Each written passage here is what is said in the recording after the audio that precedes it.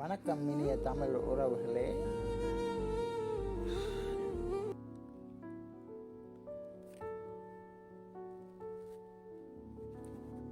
வணக்கம் இனிய தமிழ் உறவுகளே. நான் உங்களின் ஐடியல் மீடியா ஸ்ரீ. இனிய மாலை நேரத்தில் இந்த நாள் இனிய நாளாக இறை அருள் பெருகட்டும். வாழ்க வளமுடன்.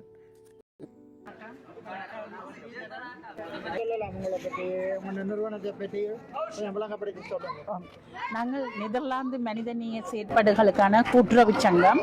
நெதர்லாந்துல 2012 ஆண்டு போருக்கு பின்னால எங்கட மக்களை சொந்த காலில் நிற்க வைக்கிறதுக்காக உருவாக்கப்பட்டதுதான் எங்களுடைய அமைப்பு. இதை நாங்கள் கூட்டுறவு அமைப்பு ஊடாக நாங்கள் செயல்படுத்தி கொண்டு வாரோம். நெதர்லாந்துல இருக்கிற கூட்டுறவு அமைப்பு நாங்களே நெதர்லாந்து மனிதநேய செயற்பாடுகளுக்கான கூட்டுறவு அமைப்புன்னு சொல்லி ஒரு கூட்டுறவாகவே செயற்பட்டு கொண்டு வாரோம். எங்கள்ட போட்ல 9 பேரும், அதை விட மாதம் 5 யூரோ கட்டுற 200க்கும் மேற்பட்ட அங்கத்தவர்களும் எங்களோட நிறுவனத்தில் இருக்கிறோம். மெம்பர்ஷிப் உள்ளாக்கள் 250 பேருக்கு மேல இருக்கணும். உங்களோட அட்மினிஸ்ட்ரேஷன்ல 9 நிர்வாகிகள் இருக்கணும். ஓகே, நன்றி.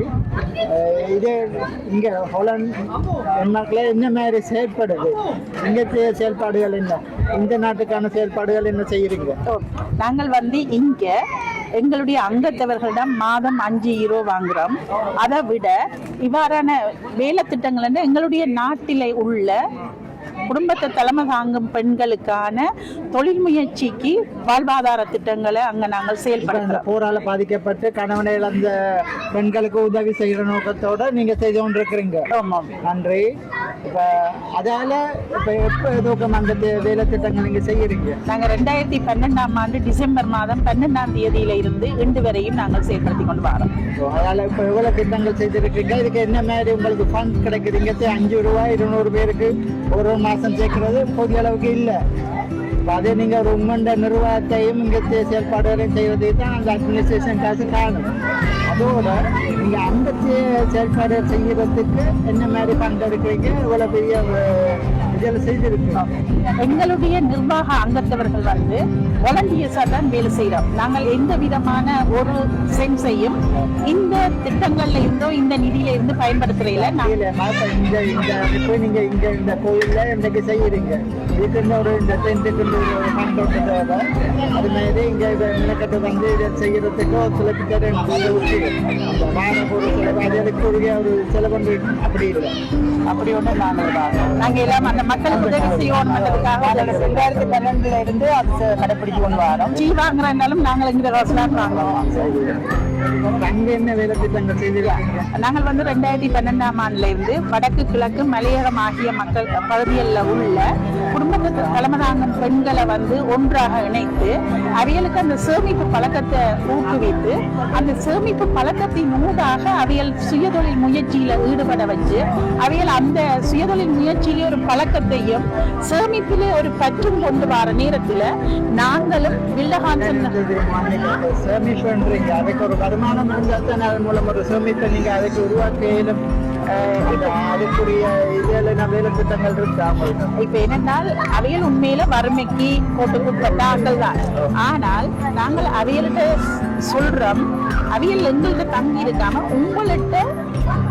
உங்களால ஒரு நாளைக்கு 1 ரூபாய் சேமிக்க முடிஞ்சாலும் நீங்கள் மாதம் 30 ரூபாய் சேமியுங்க சொல்லி அந்த மாதிரியாக அவைகளே தீர்மானிச்சு சேமிக்கிற நிதிக்கு எதிராக நாங்கள் 6 தொடக்கம் 9வது மாதம் வரையும் அவை இந்த செயல்பாடுகளை பார்த்து அவைக்கான தொழில் முயற்சிக்குரிய அசஸ்மெண்ட்ஸை செய்து நாங்களும் வில்லஹான்சன் நிறுவனமாக இணைந்து இந்த வேலை திட்டங்களை அவைகளுக்கு செய்து கொண்டு வரோம். அமைப்புன்றீங்க, அது என்ன மாதிரி அமைப்பு? அதை பற்றி அந்த அமைப்பை பற்றி கொஞ்சம் விளங்கப்படுத்த. அது சர்வதேச ரீதியாக வறிய நாடுகள்ல வறிய மக்கள் இந்த வாழ்வாதார திட்டத்துக்கு உதவி செய்யற ஒரு அமைப்பு, டச் அமைப்பு. இந்த அமைப்போட நாங்கள் சேர்ந்து வேலை செய்யறதுக்கு காரணம், நாங்கள் 1 யூரோ தேடுவமாக இருந்தால் அவையில் 1 யூரோ போட்டு அந்த திட்டத்தை செய்வினோம்.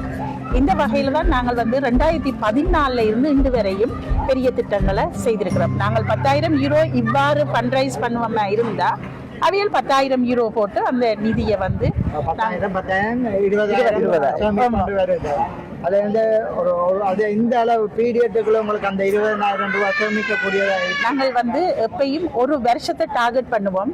காரணம் என்ன, எங்களுடைய அங்கத்தவர்கிட்ட இருந்து வர நிதியையும், மற்றது இப்படியான ஃபண்ட் ரைசிங், மற்றது டின்னர், மற்றது வந்து இந்த மாதிரி கலை விழாக்கள் ஊடாக வர நிதியை டார்கெட் பண்ணி சொல்றீங்க. டின்னர்ண்டா சோஷியல் டச்சுக்காரருக்கு வந்து எங்க ஸ்ரீலங்கா உணவுகள் விருப்பம் தானே. அப்ப நாங்கள் ஒரு பெனிஃபிட் டின்னர் என்று சொல்லி அவைகளுக்கு ஒரு மாதிரி ஆர்கனைஸ் பண்ணி ஒரு ஃபங்க்ஷன் மாதிரி செய்து அது ஒரு பார்ட்டி மாதிரி ஆர்கனைஸ் பண்ணி செய்யணும். இரவு உணவு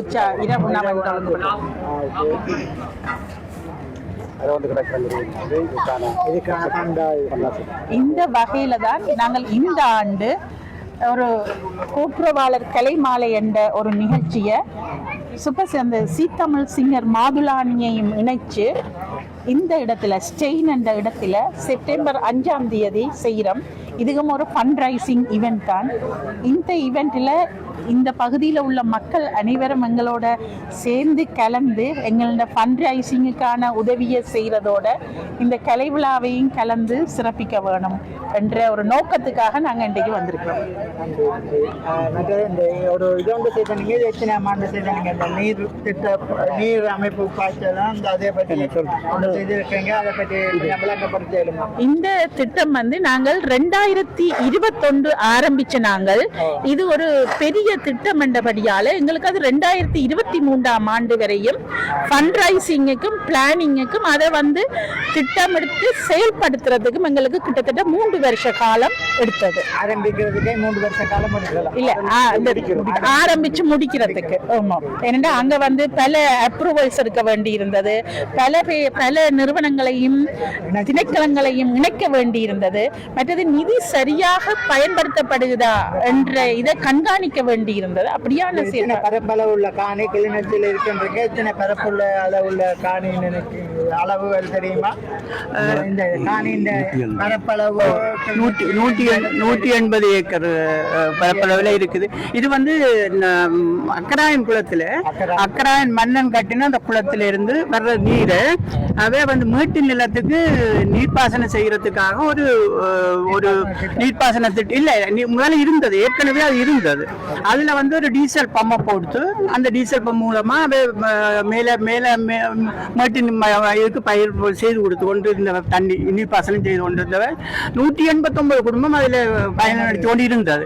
ஆனா அப்புறம் கடைசி நேரத்தில் யுத்தம் நடந்ததுக்கு பிறகு அவை அந்த நீர்ப்பாசன திணைக்களம் அந்த தாங்கள் ஆரம்பித்து அவைகள் அதை தாங்கள் தங்களுடைய கட்டுப்பாட்டை கொண்டு வந்த பிறகு 80 ஒரு தண்ணிக்கு 80 ரூபாய் வாங்கிச்சணும். பிறகு 800 ஆக்கிச்சினோம். பிறகு 2500 ஆக்கிச்சினோம். பிறகு கடைசி நேரத்துல ஒரு தண்ணிக்கு 2500 ஒரு நாளை ஒருக்கா அடிக்கிறது ஒரு பெரிய கிளாஸ். அது பிறகு ஒரு மாசத்துல 4 தண்ணி 10,000 ரூபாய் வைக்கிறது. அப்ப அதனால 189 குடும்பம் அந்த இதை விட்டுட்டு கூலி வேலைக்கு போக தொடங்கிட்டு. அப்ப அந்த திட்டத்தை தான் எங்களுக்கு வந்த அப்புறம் நாங்கள் அதை எடுத்து இந்த விருதகான்சன் அமைப்போட சேர்ந்து இவ்வளவு தொகை 1,56,000 எல்லாம் செய்து முடிச்சிருக்கிறோம். முடிச்சு இப்ப அந்த 189 குடும்பம் திரும்ப அதே இடத்துல செய்ய தொடங்கி திரும்ப என்ன 200 குடும்பத்துக்கிட்ட இப்ப பயனளிக்க போகுது, மேல செய்து கொண்டு இருக்கணும். அதனால கம்ப்ளீட் ஆயிட்டு முதல் 2,500 ரூபாய் படிதான் ஒரு தண்ணிய ஒரு நாளைக்கு கட்டுறத. இப்ப அதிண்ட பயன் அந்த கட்டுற தண்ணியின் பெறுமதியும் வந்து மிக குறைவா இருக்கு. அது மட்டும் இல்ல, அந்த நிதியை அவர்கள் அந்த விவசாய அமைப்பினூடாக அதை நிதியாக திரட்டி தங்களோட விவசாய நடவடிக்கையில பெருக்கிறதுக்கான செயற்பாடுகளையும் ஈடுபட்டிருக்கிறார். இதுல வந்து அந்த விவசாய திணைக்களம் நீர்ப்பாசன திணைக்களத்தில உள்ள அதிகாரிகளும் இதை நாங்கள் செயல்படுத்துறதுக்கு உதவியா இருந்தவை. காரணம் என்னண்டா, இலங்கையிலேயே முதலாக உருவாக்கப்பட்ட திட்டமும் வடமாகாணத்தில வெற்றிகரமாக செயல்படுத்திய திட்டமும் இதா இருக்கிறதால நாங்கள் ஆரம்பத்திலே 5 மாவட்டத்தில் இருக்க கூட்டுறவு சங்கங்களை அணுகி அங்க உள்ள மக்கள் மக்களுடைய நிலைமை ஆராய்ந்து போனா யுத்தத்துக்கு பிறகு சரியான கஷ்டமான நிலைமையில இருந்தது. சங்கங்களே நடத்த முடியாத அளவுக்கு இருந்தது. அப்ப அவைகளுக்கு வந்து நாங்கள் முதல் உதவி செய்ய வேண்டி இருந்தது. அது அவைகளை நாங்கள் பயிற்சி கொடுத்து அவைகள் அதிகமானாக்கள் இறந்துட்டினோம், அதிகமானாக்கள் வெளிநாடு வந்துட்டினோம். அப்ப அங்க இருக்கிறவர்களுக்கு அந்த விதமான உதவியும் கிடைக்க இல்லை. அந்த மாதிரியான இது அப்ப அவைகள் எங்களோட தொடர்பு கொண்டது பிறகு நாங்கள் அவைகளை முன்னுக்கு கொண்டு வரணுன்றதுக்காக முதல் கூட்டுறவு சங்கங்கள் 5 மாவட்டத்தில் இருக்கக்கூடிய சங்கங்களை நாங்கள் உருவாக்கி அதை முடிச்சோம். அதை முடிச்சுட்டு தான் பிறகு அதைதான் இப்ப எங்களுக்கு அங்க இருந்து இவை ஒன்றிணைச்சு செய்து கொண்டிருக்கிறோம். ஒரு கேள்வி உண்டு, இந்த அமைப்பு அந்த நீங்க உதவி செய்யற அமைப்பு அங்கேயும் செயல்படுதா இல்ல நீங்க உங்கள் மூலம் தான் அங்க செயல்படுதா? இந்த அமைப்பு நாங்கள் தான் அங்க செயல்படுகிறோம். அங்க வந்து எங்களுக்கு இப்ப அந்த நாட்டில வந்து எங்களுடைய வடமாகாண சிக்கன கண்டன கூட்டுறவு சங்கத்தின் சம்மேளனம் மாவட்ட சமாசங்கள் வந்து எங்களுடைய வேலை திட்டங்களை முன்னெடுக்கினோம் அந்தந்த கிராமத்தில். அதாவது அங்க மாகாண சபை கூடாக நீங்க செய்யறீங்களா? இல்ல இல்ல இல்ல அவைகளுக்கு கூட்டுறவு சங்கம் இப்ப என்னன்னா கூட்டுறவு சங்கத்துக்கு ஒரு விதிமுறை இருக்குது. அது வந்து அரசாங்கம் முதல்ல தலையிடாது.